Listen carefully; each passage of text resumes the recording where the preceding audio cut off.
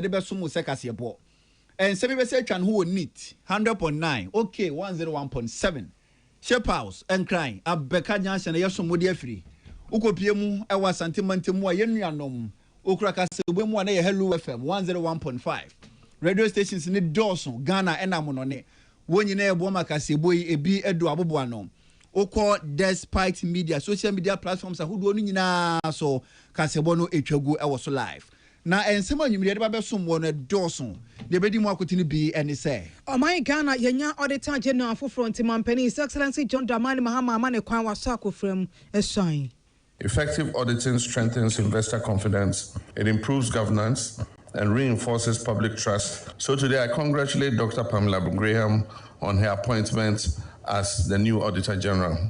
Yakwa my Ghana yakwa to Bantai no Supreme Court atrasi amasese Kani Chief Justice Mame Tokonu ninsem besem yenubi ya mpanifo de ho ekwakwada court ne sese waboni nyina atoagu ye begina aban no hyehye de a wode epeja eyekuayo ewo my Ghana ha sese de wo say woni ekuafo kasa yedua no baya ahodo wasase ba akoso na aboa ama asase na ho den agina pemen na nwumrei goya kasebo eso no ye ne prof Vladimir Entry danso ebedi nkomoni ahwede ekoso ewo South Africa xenophobic attack no sign na penifosi hu no na de wachi enesen ye behwe ye nwomahia no aso ye so afa woda no onumonyamfo Haruna Idrisu ede atodwa se na no nkomo bia ye di ya ye ka se o ye de nkoda no egina sukum ye bo wo ma ba ye twe wo ma so ye hwenye bibi mfa ho ye yidi firi wona ka ho bi na nkoda no asore wo mo meso sa.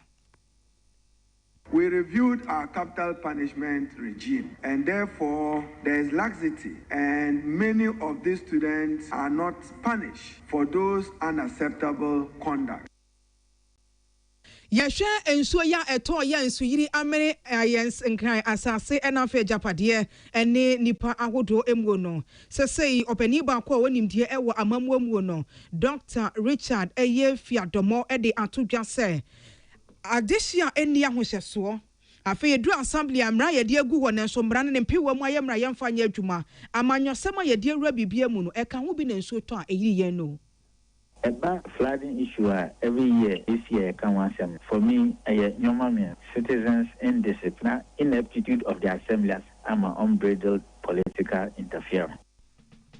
And some way for PB, I can't and never you bring your day so much say no, Sabrimacas and faster down and menu McQueen. Would you come? Would you want dance here? And to me, about the pedu pebino. I want to have no be some part Marganis to say, and now in pin for the Bedrasui. Divine Hope Herbal Center, Eddie will try about part of Bedraso or China Wapumidimpa. Papa, it would you not put me in one. Now I put try about part and be now the sipunity and upon our poor. And you bring our bobe who say I really wouldn't mean only any big Johnny upon the pa and obey. Way and you make a good way to the man you bring, and a number no yes in Cognac as your poor, ya de esum war. I can count for a me Sadat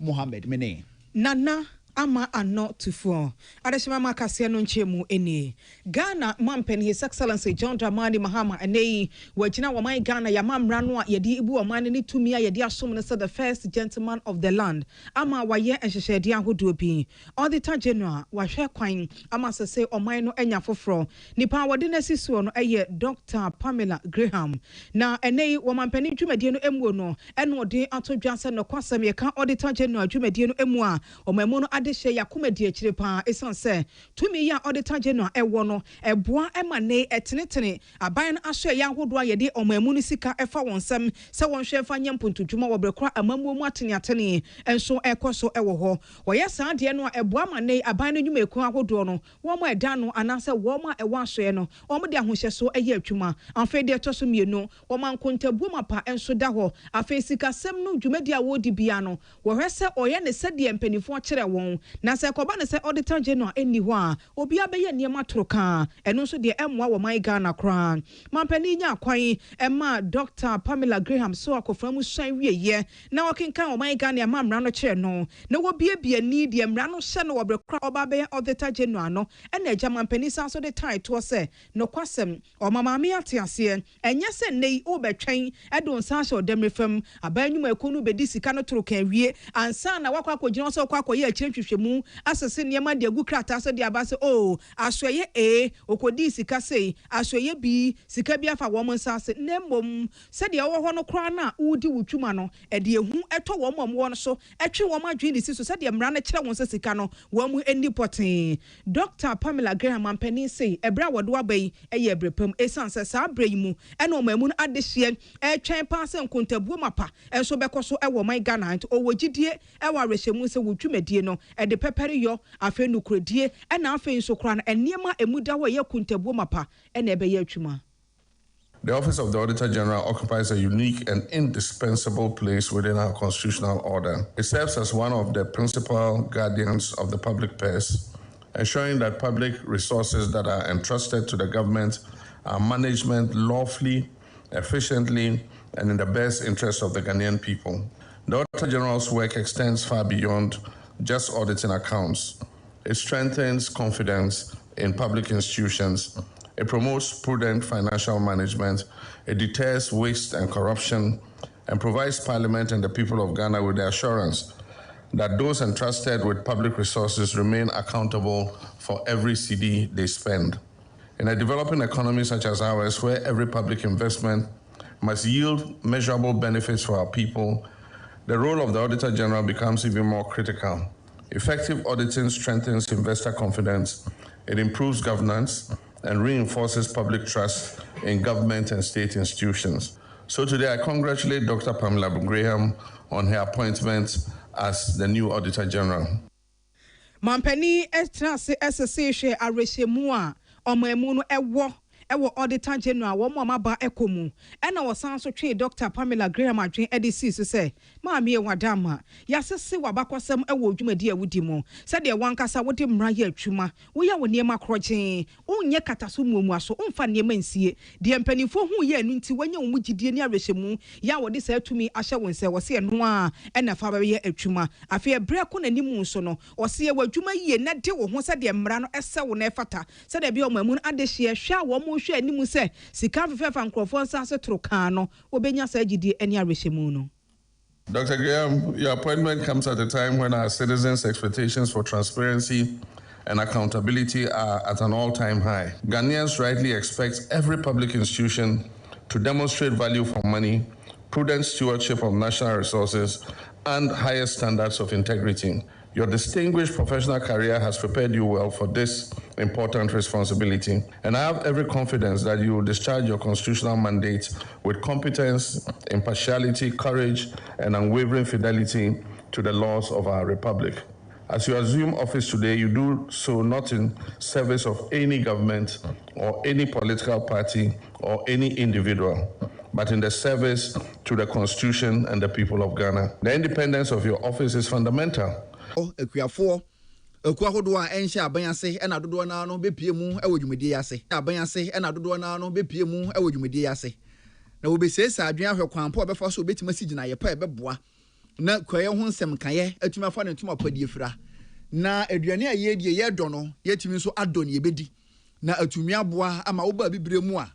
ye nuane ho nsem a mpempio ne ye kari sika do so puode konkofam aso kokra bi ansa ne yensa tima koya no yebetima hwe ne yetima tusu sa ne yetima tena osundwe mu a yenua ne ho nsɛm de enkonkoye wo hawo emfa emma yensa bibifo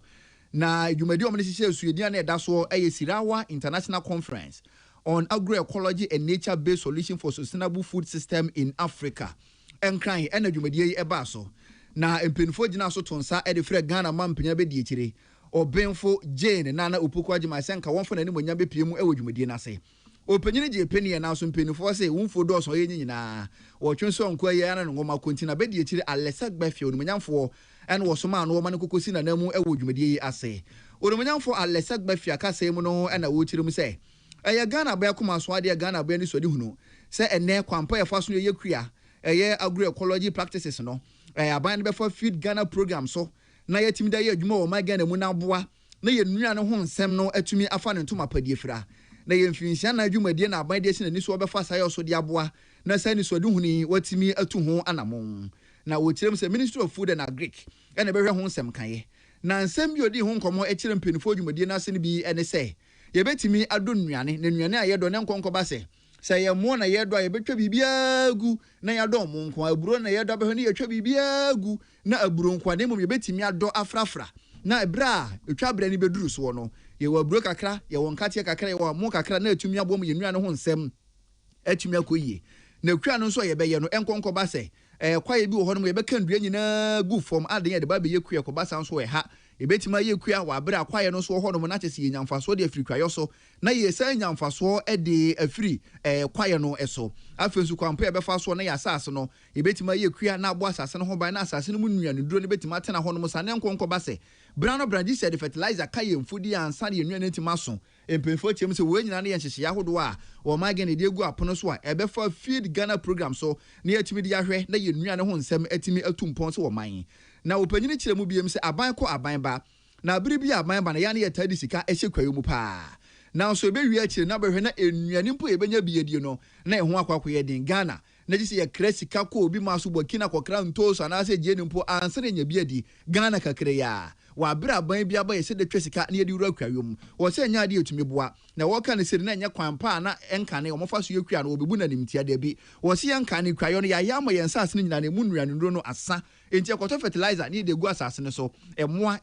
emfudie ne so ya kwakoto pesticide emoa de pam nduro de pam moa ne de ba begu so won ka se nye na so ne wo ka nyina se bire bia so se yetimi nyini na ye tra sa tetebre no na yetimi fa abafu nyansa pekwan so yetimi de ye kua ebetumi aboa ne saya sunti wo gina mampanyina be de kire dim no de atudwa se ebra so se wo my Ghana National Agroecology Strategy and Comprehensive Training ye hwani ye de hihye so edma extension officers won so be kwaya mu hwehwemu onim di wo agriculture researchers no yetimi ma wo montete ya pass wo kwakuafo na so a obetima cheche kwaafo no kwampa wo ye wo nkua no a ebetima abo mo kwaafo abo Ghana fo na afi asase mpo wo ye kwa wo so no emfa so pa bi betimi afiri mu na atumi aba empenfo gina so de to wana oba be hia mu e wo dwumadie ni nyina nim se amane konko ese de bia de ni bi we de wonje bre na nkoma wo de won fa ngu krata so na wo sore na wo kwa won san hwe na won tu hwana mo na enkoka krata so nkwa na mum so be bamfa so pa edema bibifo eso be bamfa so pa edema Ghana fo na bre bia enu akire be so no yen kare sika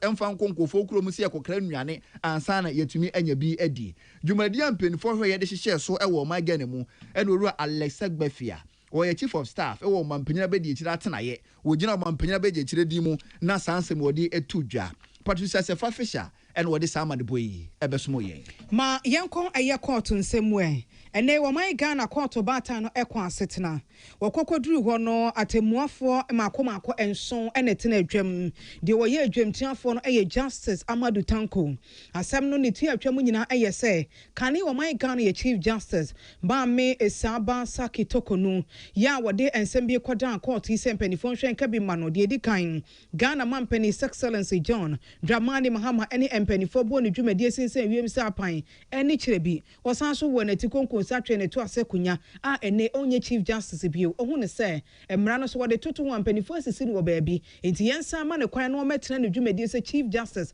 e wo man Ghana ha sei sansem no ena nei oban Ghana ye court bata na ekon asetena temuafo makomako enso no o makobe nkrum abo asem ne nyina atoagu na se yebeka ya enkyera ye kra wa fimpibienu ani aduonu enum wo September boso minimum ena Kane Chief Justice ma me tokonu na asa ne beto dwa empanifo ebo ne dwumadie sinsen wiem san apanma anche wo gina so san epamo no e de free eye ne dwumadie ne so sa bre no sa wokon eye Supreme Court a ne wa fimpibienu ani aduonu num no na ye wo cases ne makomako ennan ena ewo ho yen kan hwe kra no tafo abato mpesa so na asebejani onumanyamfo Vincent Eko Asefua ono so tintim sem ne bi e de ko yen ene yenya Ghana ne di hye ba ko Theodore Ata Korte ena afen so Chief Justice Kane Chief Justice nankasa ma me tokonu so tintim asem ne bi e de ekoye yenya hyeboko bi etisa Center for Citizenship Constitutional and Electoral Systems wo mu so tintim asem e de koye na sa eye ensemfo makomako enan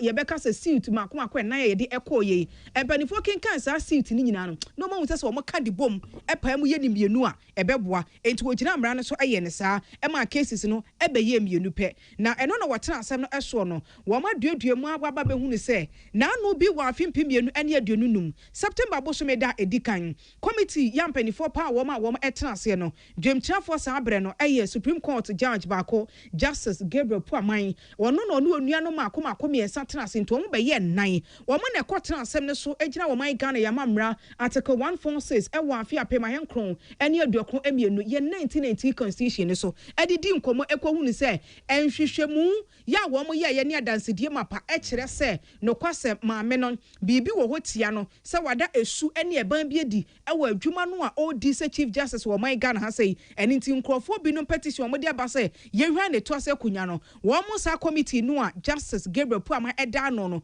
ɔma mampani kwan sɛ ɔnwa asɛm ne so na wɔn ntietie saa petition ne mu esan sɛ ɔmo hunu sɛ adansedie ne nsɛm kakra da wɔn anim no ɛnso so ɛkyerɛ sɛ maame no biribi wɔ hɔ yɛ a ɛntwa yie ɔmo wie yɛ no ɔmo yɛ te aseɛ sɛ wɔde sikasɛm mu nneɛma bi afrɛfrɛ wɔ bere korɔ wɔde sika bi atututu kwan a ne office wɔ no nanka mmara ɛma ne ho kwan saa afei deɛ ɛtɔ so mmienu yɛsi ɔkɔkora nyɛ ɔno nkwa na abusuafoɔ ɛne ebinom ɛka ho ɛno nso no na ɔman Ghana wohwɛ yɛ mamra na ɛma ne kwan saa ɛne nsɛm afoforo bi yɛ na ɛka ho saa asɛm yi ɛna na chief justice kane chief justice Maame Toko no sɛ ɔte ase a ɛnyɛ yie nti ɔde asɛm no ɛkɔda ɛyɛ Supreme Court ɛnɛ deɛ ne cases ahodoɔ na aka a na ɛwɔ court nyinaa ne titiriw ɔman Ghana yɛ court baatan no sɛ mpanifo abɔ ne nyinaa agu sɛ ɔnhunu deɛ nti a ɛwɔ sɛ wɔma kwan na wɔsan so ɛbɛtra ne dwumadie so chief justice ɛwɔ ɔman Ghana ha sɛ asɛm ne ti atwa mu sɛ wɔn se ne cases ne ɛbaayɛ no na nsuo nyinam adansidie a wɔde baayɛ no emu ɛha eti bibia no ɛkyɛ sɛ wɔn san so hyɛ Ghana mampani na wɔsesa n'ano ɛwɔ saa asɛm no a wɔkaeɛ no ti sɛ deɛ maame no yɛsi yɛyi na di a yɛyi na di wɔn pɛ ne baabi ntina na ɛdeɛ mpanifo aka deɛ free court ɛnso so ɛno no ɛnɛ Supreme Court asetena deɛ esiyɛ ɛwɔ hɔ no panyin a wɔtea domkuma ɛwɔ mmarahyɛbadwa fie wɔn anso ne sɛ wɔn adu agyire mmarahyɛbadwa ni ɛyɛ wɔn monyamfo Frank ano dɔmpre na opanyin wakasa wɔ mmarahyɛbadwa fie ɛna wɔsra aban ne mpinfo ka bi wɔ mu sɛ wɔn nkɔmɔ bi a asɔre na afefe wɔ man Ghana mu a aya na mpempi no ɛfa ahonede ho nsɛm ho ɛfa kuayɔ ho ɛna mpo kwaibretuo ɛna no kwakura mu no agonabadie ho nsɛm kan yɛ apɔtɔ kasɛm kasa transportation na no na wogina so no wasra aban ne mpinfo ka bi wɔ mu sɛ mpempi no sɛ nkɔmɔ bi sɔre na ɛfa nneɛma mabobɔ so yi ho a aya na ɛda Ghana fo dodoɔ na no wakoma so enti obɛsrɛ sɛ aban sɔre waka na ontwa sapa bi mfanto hɔ no obetumi aboa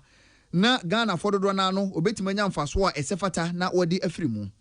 orumanyamfo Frank ano dɔmpre kasa bi mu kyerɛ mu sɛ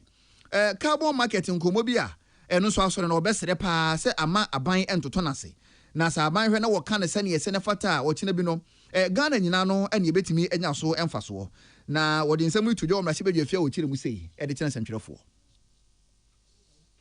engagement, free and informed local participation, clear grievance mechanisms, and fair benefit sharing. Ghana must build a strong domestic project pipeline. The government should now deliberately prioritize high-impact sectors, be it in renewable energy, methane reduction, landfill gas management, regeneration agriculture, forest restoration, mangrove protection, climate-smart irrigation, public transport, industrial energy efficiency, and water purification. These sectors can reduce emissions while solving everyday developmental problems. Our carbon financing should therefore be aligned with Ghana's jobs agenda, food security agenda, energy transition agenda. Penya watia domkuma wo mmarahyɛbadwa fie wo no manyamfo Frank ano dɔmpre na ensɛm wa na etwa go mmarahyɛbadwa fie keta mmarahyɛbadwani wo no manyamfo Kwame Jojolo Gakpe enso kasa bi a wono so ɔsrɛ sɛ nkɛbɛya Ghana yɛdisuafo no wɔna wahyɛ ase wo mofrase no enuadua yɛnkyerɛ ɔmo na wɔntimi hu mfaso ɛwɔ so yɛmbo ɔmo na wɔntimi nduadua bebree na wɔkyena bi no obenyini aba benya so mfaso a Ghana nyinaa so no yebenya so mfaso bi. We also need to beef up our curriculum. There is a statement that says that catch them young and they will remain young. We need to actually start from the schools by actually inculcating tree planting activities, teachings with regards to tree planting, how schools can also plant tree and earn a lot of resources from carbon credit in terms of investment in schools. Schools can have farms also. It's an area we can look as a country, give them the right species, the right guidance, and at the end of the day, the investment will be there, and then the school can also benefit from that investment. Another area we should be looking at is in terms of the behavioral change. Nowadays, people cut trees anyhow. And then elsewhere, before you cut tree, you need permission from EPA before you can do that. Orumanyanfo Kwame Jojoli Gakpe woye ketam rashebedwe fie ena mpinfo di nkomo na sansem wode etudwa Emmanuel Akwale ene William Gentu wana mane boniye Wa my Ghana yedwadie ene yesikasam ni emuntutu ye ehon economist professor of finance ye call University of Ghana Business School Professor Godfred Bogpin enso ede atudwa se omamu no adehye no we die wo tweadwen ede asiso wo eniema ne bo ekosoro na abafom a wo kanitia wase inflation no dachi ebekosoro nti enfe no entu yetinetiko na yenti ase se entonkoso ente mafom se de ye hu ye ko yanimu no him dia kosoro pa ene awie prem to breka se boso no no ne kwabna manfo ene edi nkomo prof say se wo hwe aban kontabufo ni nsam abra no odi tudwa ya enu akra wosan ebesi ba akoso ma yete ase se say ene mabo aba begina ohama bupen enum ene chipom yensa no a ema no enye ye nwanwa na no ne enim se na egina ohama bupen no yensa ene chipo enan ene apagya ne mu kakra eche yense daachi bi aidi anim no afi kra de ebekosoro achensei Akan more than 3 months ago said the future of inflation is upward. It will go up. Now, share the structure of our economy now. We have not laid a foundation, a productive base. A bit me a support to low inflation for long. We don't have that. And now, as a developing country with huge infrastructure deficit, in fixing a road, in solving a transportation problem, we share the challenges in the agricultural sector. With all of this, let's say, who engineer inflation maneuver form as low as 3.3. That is not where your inflation is supposed to be. So once you have engineered low inflation, not supported by a strong productive base and not driven by structural transformation or productivity transformation, you know, sir, it is just a matter of time and it will head up. Wasi o man bi esikasam ehwiri de kosoro na ekoba ne se niam abo eyedem pa na omamu na de hye pa wo ho na wo hunu wasene mu a wo hwe wo mo atisikasam ne emu hyehye yanse anka yetia wase ye wo kwan ye fa so eye saade no ema eniem abo eba fom yen ha yani empiepie sika mfa hyehye baabi eno de se wo yesa ebeyi wama otobete saa na se wo man Ghana ye enu nti saa de no so de enyina wo nchew eye animanimu ye se ye tiase ne aye de wo se ye pa de a ene nke betena ho afebo ama aniema bo no akoso abafom na mom ye ha yani ne ye piepie sika bi di wurawura baabi ye pentema nya ye ho akeke kaniema asi animu ne de eno de enche emfa mayen all of this has happened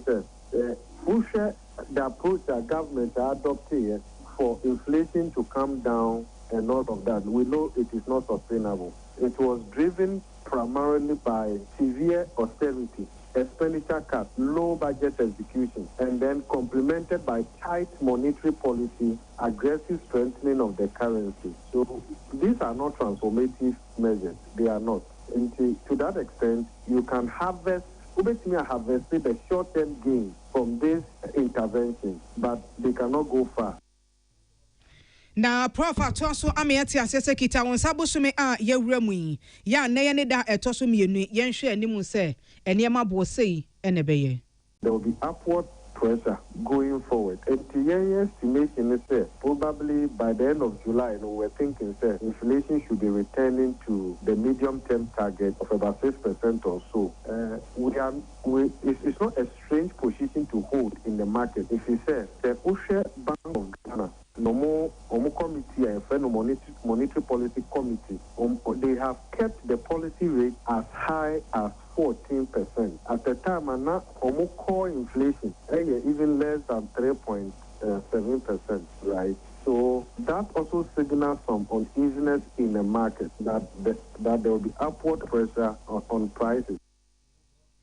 Nipaetini Kenway economist, Professor Finance, University of Ghana Business School, Professor Godfred Bogpin, any attending canon. Baya Breka Cranie, if you do a banwa de a month for Krogus or Mahato Muniama, and woy. Any sense to Brani a Tigueno, a diamant for nya papa pa ewon crying. And Vinfi Mantemu from Mantemu, any be a Yahoo do an answer crano.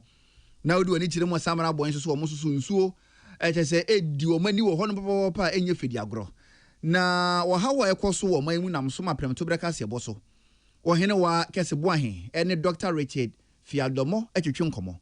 na doctor eba amamu mu wonim de ewo mu papa ene obi sa dog say baby o ma gan ya beduru ni o na osusu say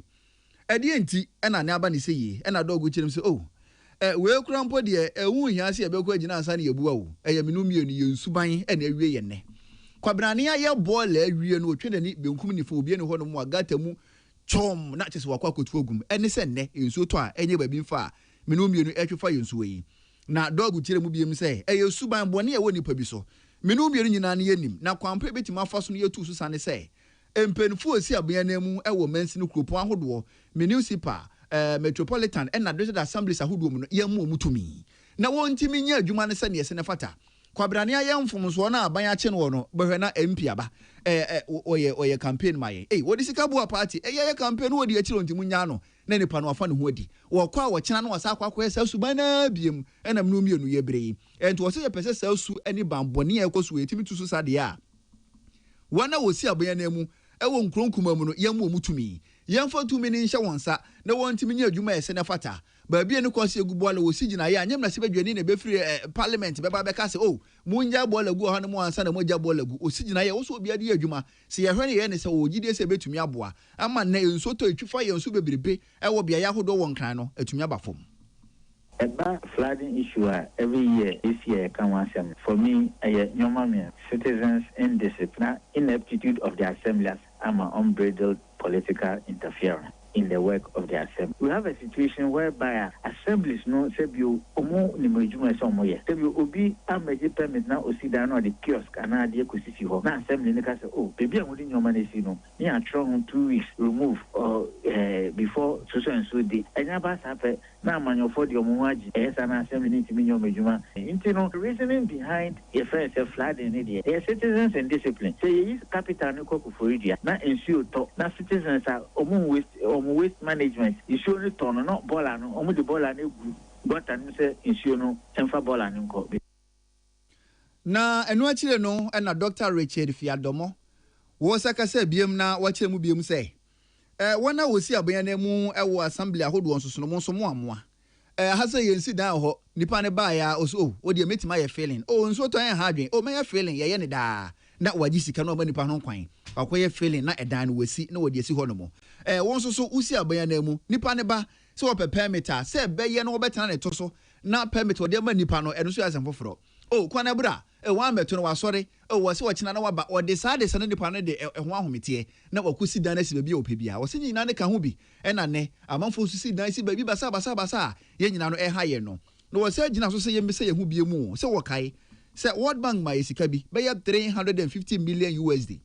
se yem fantete ye gates mu na nsuo to a ntwa mfa ye nso se sika no ene se adwuma no ye mbu hu konta fa nkere Ghana fo na se nke ye adwuma bank wo se ye ya Kenya ne se ne nsuo twa ye nso yi. Some of the assembly's officials are also very corrupt. Omo so be see dan only permit. Instead say omo beko ama stop nipa no. No mo so ma fa back door akoji ska nipa no. Ti me see dan na me ni permit na ofi assembly. Obeji ska me wa. You are trying to legitimize the illegality. These are the factors e see ti me see anu kwan. It me see anu kwan dia Accra will be able to tolerate everybody as a capital city. Men can say your man ha na June 3rd year, and a World Bank $350 million on this other river now for them to be deserted. Says if those monies were used for its intended purpose, and can it would have been minimized. Na ne kwakwa mu no na Dr. Richard Fiadomo wo se kire mu say amanfo odi nkomo so Accra no kwani paradox ni kebe ya capital no ye nyimfa mfiri ha ne fa nko befufuro no wo se capital no ye den ya capital no ye nipa ye dan ye airport anase ye port ye den ya ye din ye yidi afiri ha edisi ye capital no kra mbo firi ha na menu mienu ya nsesa yesuman ne ye bekoso asi dan asi nsuo na momu ye bekoso tutu bola e de gu nsuo mu a ene ye pa capital no kra no me ye mfa mben ase ha no ba bia nsuo to e be fa yen. It is a movie capital city in the Coho, for example. Now you call near Koji permit, not be a pay in a then it's not a crack at home. The reasoning behind a friend of flood in India, citizens and discipline. say is capital no ko for idia na ensure to na citizens are waste management issue no turn no bola no omo the bola no gutter no say issue no emfa bola no because zoom line and say waste management company go be chiska it will its attitude at the who the whole will also become flooded. The issue is more of the citizens, no, the indisciplined nature of the citizens. We need a thorough mind shift and then mindset change. Because in our society, I'm telling you, the problem will come. Dr. Richard Fiadomo, eba amamua wonimde, ewo mu papa. Prem to breka se boso ene woni wo hene wa kese bo ahentwetwe nkomo na saa nsemu yi wode etudwa. Say nipa binom akono ena dokotafo ka kire mo se monhye saa akono no so. Eye den ya mepekna man na se wudu atoye mantam sesi ye ya adokotafo animdifo ye wonimdie edefa enkraman hwe ho ene mmoa ehwe ho amiate ase ese oba atoye mantam ni titiri ene wasa epoye mensi no emu a yese nkraman yade na sori wonpotam opa aka ho bi ama nipa mienu kura no wo ma hwere wo monkwa rabies yade ena meken eni ntimpanifo si tuawa se woto na yo bi a wo kon tido kraman nam wuni bebi eton kraman nam ya hoye wotena bia ya wo joint ukọ pa akọpe bi pa wanum wo wie kraman nam a na se wo baabi ti se wasa epoye mansi ni mu ato ya mantamu a omo si mprempre de nkagyawe na ebre bi achi mpanifo ma wote ase se rabies yade no ekọ achi afiri ho a na ne nka wasa nso akọ ho bi akọ ene sen yense ntwoni apia dankwanya ne ntie se nipa mienu de kaw adia na asie sai se krama na aka wo mo san krama na eka wo mo no na omo won krama ya de rabies no bia ena eja wo mo so so mu poti sen krama ye de wo mo du airesabia no eni kire bi ena wo mo gya mu eni nti apia dan kwa amadan so ho a ena wo bo akire eko atoye mantam veterinary office opening power da no Dr. Simon Gbene woni no edi nkomo no se no kra de oti ye saa o nipa mienu na ahwere wo mo nkwa eye rabies yade no ba aban kraman so mpotamu apanti we de for fidi kese so ma de hyente ase se kraman nam ne de enka be ya wasa eye epuye ha se de enka wo mfa nkonkon kakra e ma wo mo nwie sanse sa abo na nya bia entesuo na nam na no cha no ukoso no mu se ukokunu na se ne se kra bo kakra bia eno so be ya asem ama wa be ye de ekire enyanti kraman nam ne de kamprempren wo mu nyawe kraman ya de no ewo kraman ni trim ha ewo ni ntosuo no mu enti wo kokuno na wo kore no enye tama ya no na aben no ne mo tama wo prepare no because wo prepare na se ne se ekotu ba bia na se sakrama no ya de na odi ama enti na wasa east health committee ne ka se siti ade no ntwentwan so na ye control ya de no because wo kokun aboa no nim ya de wo no mu na wo prepare na ebia sikan bi twa ana se ne ntosuo no ebia krubu on sa ho na ekwa ekomua ebeko na ready si ya no so say emoa no ba umua it may take 4 days 2 years 4 days to 2 years enti unim tawa ya de no be yin ho adi Openi Simon Amananso a wose ade ba kwa ne ya sese so ba to ya mantamu a enkrama ya de na eye rabies ne kwa ye ya ena apia danko bi sanse de asemu a de na abenti sanse we de ye madwuma mu na mo nim de na o se mo wabu ne yi hwe ne kwa ye ya kire se wo ba mpotamu a enkrama bi a wunhuru be bia wo mo firi yenim wo mo wura wo ma to apete kesene ni wo mpotamu wo wo fa ha ya krama nie wo fa ha krama nie wunhuru be bia krama ni firi potin na nke ye na nke nim wo mo wura nom de a nka kon no enye din e ma wo mo sa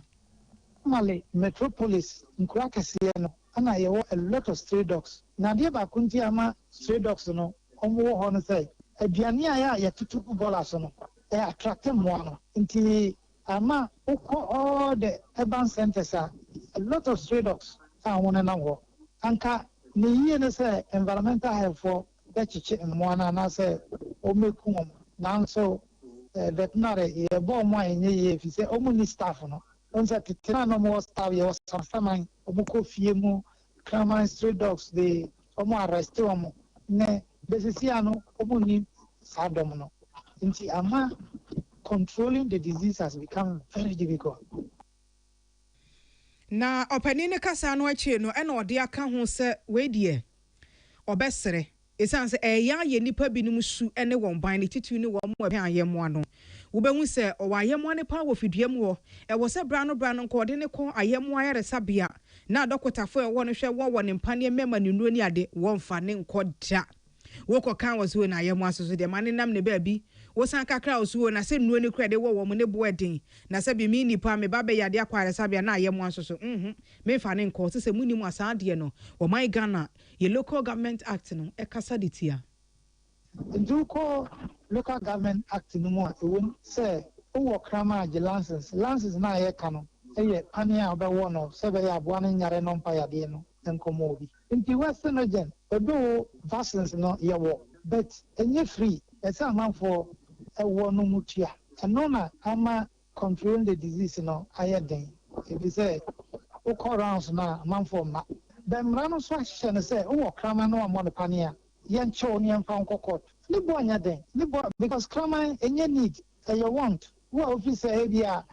whatever bia akronfo be ha no na be need na pane na say it is just between 2 and 20 cities to 50 cities depending on normal ni pane be yo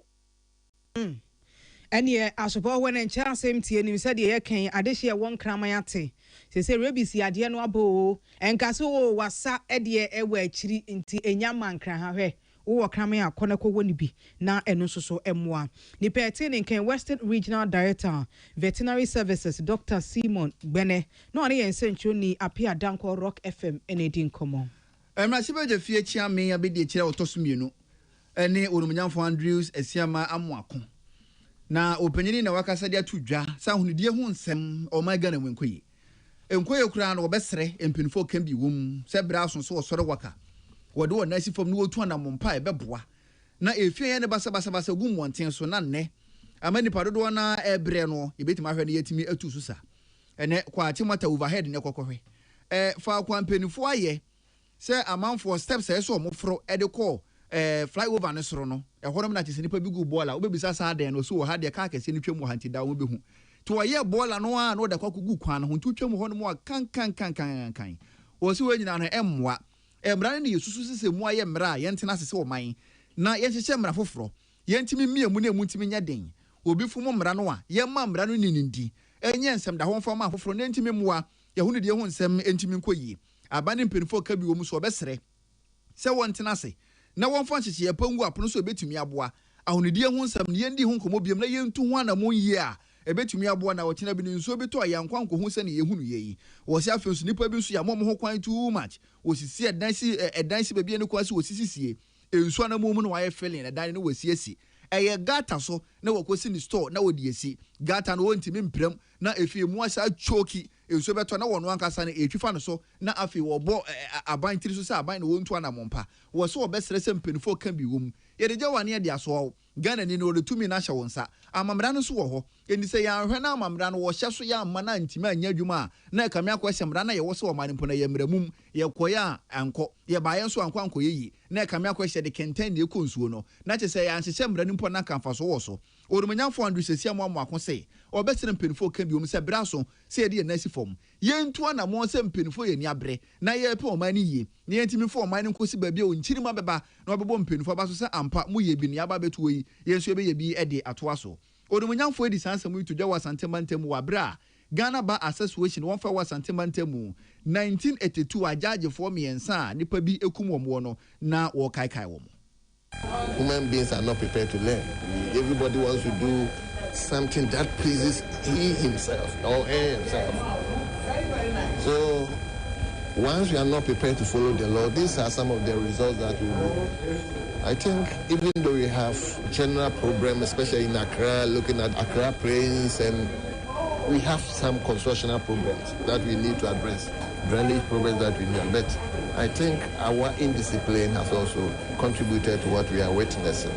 So it's a holistic issue that we have to look at. Look at the planning issues, the land use, the planning. We have to observe it. We have to make sure we are also disciplined in whatever we do. Ania etwa goyi eyemrasibe je fie chia me abedi ekira otosumienu orumnyamfo Andrew sesiama amoako na enu akire nchochoro fa wosom Ghana Bar Association won fa wasantemantam owura Shadrach Obin Yeboah enso edi nsem sei episo. Yede kai yen 3 high court judges are 44 years ago nipa boni for bi di omawu ema atoye ntameto judges and lawyers ye ne dia kai omo na omo se de omo ye so omo ye omo adwuma pa edi mra ye adwuma edi nokore enya akukudro ye omo adwuma ne ye remfi ye kai omo na ye ya manchirima so hu se de omo ye no eno ne the standard and na ye hwehwe se obi a judge obi a lawyer obi faithful obi bold obi courageous no ye na adwuma ne se de mra no esitie enti ye kai omo na afi ye hye ye ho nkran ne ye hye nchirima nkran se bi ma ba be ye bi kwa omo ye ni ye enti omo nhwe de omo eye no na omo nye bi na ye be stre Ghana for se omo mboa ye judges e omo adwuma omo ye adwuma na enye mre e adwuma ye den Ora Shadrach Obin Yeboah wo ye mranim ni wono anso ne chorchoro fa wo som Ghana ba situation won fa e wo Asante Mantemu Samson Kwame Nyameche ene Joel Minta ene de amanebo ifra Asante Mantemu de ebesomo ye Adesimama ye gina we so ni ato ye jadi fo nkraba madam ye ba ye beto anso Peace FM. O jamno no. Nansay dia wo jiwani. As a confidence level so asa kosro pa. E wo se manijie. Efese ma fa Mr. Kill. Aye be man kasa. Wa fa meme dro Mr. Kill. Aye be memu a. Enya afi na wo be ye hu debate. Tell him. Hey, na ada no fan World Cup sa. That's all Mr. Kill, yeah, my friend. My memoir. Case closed. Miss me person me Breman Kasa. Enti nanya Mr. Kill ni bi wanyato. Mr. Kill, our pharmacies, herbal, and over-the-counter medicine shops. Dudua, Kokunlun Ghana Limited, East Legon, a Champion Junction. For 0244 139 176. And 0204 139 176. A member what do you feel doing what you do and the firm Mr. Kill. FDA aji ejedi enkra to yatum. Hello, Maha. Me frefi wo bank. Se see yenya oha wen system ni honti. E ho be hia se ye bebo wo account ne ho ban. Miss Show, ubetimi abobo wo account number. Sambo wo username ne wo password ne mame. Ne yenhwe ne yenya ho siesie no ma enimi ya. Ne nya kwan fa wo account no dijuma. Ani, wo username ene wo password. Me pese me hwe se ye no ana. Sheye wo fraud for home. Wo bank emisa wo username, pin and password. E wo phone suda. Ma weni na ho na so bi ye waza. We hununtem isi anokwan. Sankai boy Ghana Association of Banks ne dey bro. If you spot the fraud, you go fit to stop the fraud. Make you know. Peace. Tune it in, turn it up, Peace FM, and rip off the knob. Ghana this year ha na brebe ma kwan na kase bo anwumire ye rebe som wo no ye nyina AC na ye wie ntem sa na ma ho kwan ama gudi ma konfo no betena se na commentary mu hwa mo de asom mo asomfo anwumire yi eye me Sadat Mohammed Mene Nana ama ano to for yemfa seda ema Osons chemist e de Osons garlic capsules bo ye chidom garlic no fa so ya gibre na kenkan garlic ho nsem kakra ebo apomudin papa na nimdifo mpo se garlic no benya nkan fa nkanja won fa nkanja so abede na wawe ne sa enya asam ketwa na Osons chemist wadwe ne ho na waye ne capsules ntunya bi na wo mini tu nipadua mu na chese garlic so mfa so nyina no e na chese won so won se kan MTNC we there for you everywhere you go high sense electrical appliances nyina na ye papa no ye na ye ho adwuma o en kan nenke ni brands ahodo na sa abre na twam we ne brands dodo na aba ye papa mpo chen ba kono ye na wunim no high sense ye de aba enu nti se wo electrical appliances ahodo bia de a ye showrooms ni doso Ghana for na nyina bra na beji ye ndie ni bi se wo de wonji ndi a efie bia won potem ho no no bo mu prumu a wo se wo bisa o ye so bi efie ho bi o high sense product ho no mo ana efie bia ni Ghana ye ni high sense product ho ni nyina na se high sense na ya atum enti won so afi na osika no aboa na wo electrical appliances bi de akosomo a mesero so kwaya na wachusu high sense na no na ye papa no ye showrooms ne doso Ghana for na nyina bodi kwa na kwaje odi na no duduo mu a odi frɛ 0302 550 000 0302 550 000 high sense or everyday prices for everyday people. Dolphin roofing system any society general sika krabia na jishi bia ba ne mo de koyie wo se wo dan na wo sewe na aka so bebo so na so ni sika no de bra fa betu yanim sanya dan city bia mfa ho na nchance dodo obehia de nchance be ma wo de fa kobo dan so wo sika nyina fa ko wie dan na kotenam ya ma wa fe ko sin finhia me nsante mo ho ye da na wa ba bi tua yenka won't pay when I did now pay. For any time more East Legon, Trinity Theological Seminary in Chehon mo pay, Allied Force Station Nechi. Any wo. Oh, ba obi to me afre. 0543 661716. 0543 661716. And I say 0243 232818. 0243 232818. Number chat to 0308 040 096. 0308 040 096. Duffield roofing system. When you think roofing, think Duffield. When he spices, the spices one was we are but just what a wapum dempa. And ya no be chemicals and quantibia debi. Ubi bia was what he spices are when you be san obedi what dance that you come up pa. Na hold varieties in the 8 and the wood jasso. And ti aduane bia wo ye no benya ho variety a wo de gu aduane no mu a beboa wo na aduane ne de no abayiye esa boa pomodin pan so ka ho enti choban restaurant fo enka na mo de sample si kwa ho frɛ customers na twam so all those samples ko block obi anim na se ne ka konya accident a wo wanya asem enti use spices papa eno na wo se twetwe customers dem a enya ne esi kwa no ho no wo aduane na da ne wo ba wo de nipa foforo ba omo so ba nipa na na e ba na che so customers ne soro kwa na ekɔ enti wo frɛ dia oba aya na wo bodin se wo pɛ wo hene spices na no na beboa wo ne dodo mu afrɛ 0207 805 398 0207 805 398 and answer 0244 525 908 0244 525 908 wa hene spices dia ediwu Lawson Herbal Center the Lawson Local Mecha Bojaso na Lawson Local Mecha ne papa eyuntie ne Dr. Lawson wana mo man fans sa the virgin doctor will be a friend son say Lawson Local Mecha boma ma why virgin wonu num Lawson Local Mecha na ebo fungal infection bacterial infection yeast infection na epamo nyina de fra himfi hono infections ahodo nyina na ekɔ na himfi hono ba beche e de ama wo sene a wo pɛ ne pepepe